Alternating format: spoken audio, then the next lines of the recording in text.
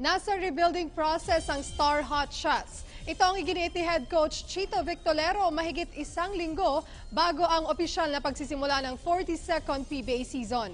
Narito ang naging panayam ni teammate Aryan Palyares sa Hotshots mentor. Aminado si newly acquired Star Hotshots head coach Chito Victolero na nasa rebuilding process ang koponan, eksaktong 10 araw bago magbukas ang 42nd PBA Philippine Cup. Ayon kay Victolero, buong Hotshots ay nag-adjust, lalo't bagong system din ang sinusunod ng mga ito ngayong season sa ilalim niya. Matapos niyang palitan sa top coaching post si Coach Jason Webb na nagsisilbi naman ngayon bilang team consultant sa Star. Right now, nandun kami sa process nung yung binibuild up ko yung chemistry, yung teamwork ng team. But so far, okay naman kami, maganda. According dun sa plan ko, medyo on time naman kami dun sa mga ginagawa namin. Lalo na dun sa defense namin, yung adjustment namin sa defense, saka yung new system na dinala ko dito sa Star. So, okay naman. So far, so okay naman kami. Medyo yun lang, adjustment lang dun sa mga bago like si Aldrich, si Gio, si Paul. Medyo yun yung ginagawa namin na kumbaga dinadamihan namin talaga yung drills namin para magkaroon ng bonding at saka chemistry dun sa team namin.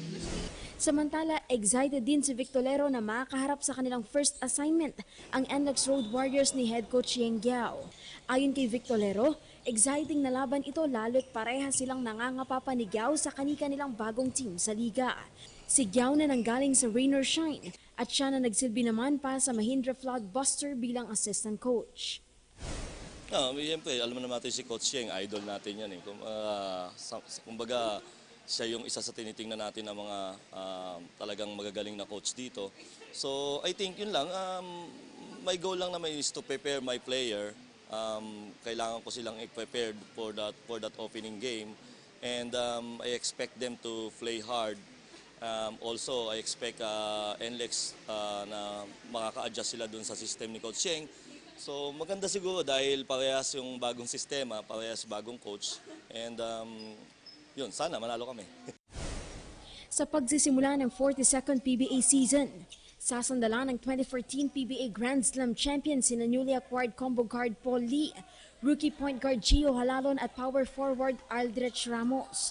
Idagdag pa ang Big 3 ng mga Hotshots mainstays na sina Mark Pingris, Mark Baroka, PJ Simon at iba pa. Aryan Malyare, PTV Sports.